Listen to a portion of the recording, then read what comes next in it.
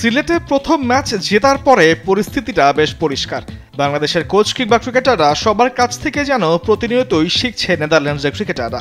বাংলাদেশের এশিয়া কাপের প্রস্তুতিটা তাই যেন ডাচদের জন্য এখন হয়ে দাঁড়িয়েছে একটা শিক্ষা সফর।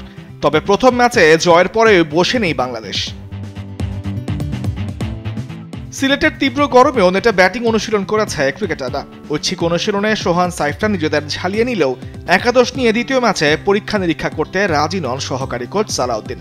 তো নেক্সট ম্যাচ আমরা কিভাবে বেটার ক্রিকেট খেলবো, তার জন্য আসলে আমরা কিভাবে নিজেদের প্রিপারেশন নিচ্ছি, কিভাবে আমরা মেন্টালি প্রিপারেশন নিচ্ছি, সেটা হচ্ছে ইম্পর্টেন্ট।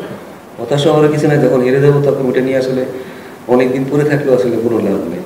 তাতে বোঝাই যায় দ্বিতীয় ম্যাচে উইনিং কম্বিনেশন ভাঙতে রাজি নয় টিম ম্যানেজমেন্ট। তবে দলের মধ্যে সুস্থ প্রতিযোগিতা বাড়ছে বলেই খানিকটা স্বস্তিতেই কোচ। যেই আসতেছে যদি কেউ পারফর্ম করে, সেটা আসলে টিমের ভিতরে একটা হেলদি কম্পিটিশন আসবে, সেটা টিমের জন্য অনেক ভালো ফল নিয়ে আসবে। আমাদের যারা সাইড লাইনে বসে থাকে তারা যত পারফর্মার হবে, সেটা টিমের ভিতরে কিন্তু অনেক ইম্প্যাক্ট করবে। অন্যদিকে প্রথম ম্যাচে বড় পরাজয়ের পর ডাচদের লক্ষ্য সিরিজের সমতায় ফেরানো। যদিও তাসকিন মুস্তাফিজদের বিপক্ষে কাজটা সহজ নয় বলেই মানছেন Dutch batter Noha cross.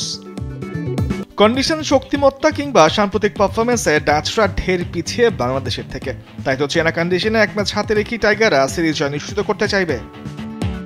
তামিমুর Rahman, sports desk, দেশ টিভি।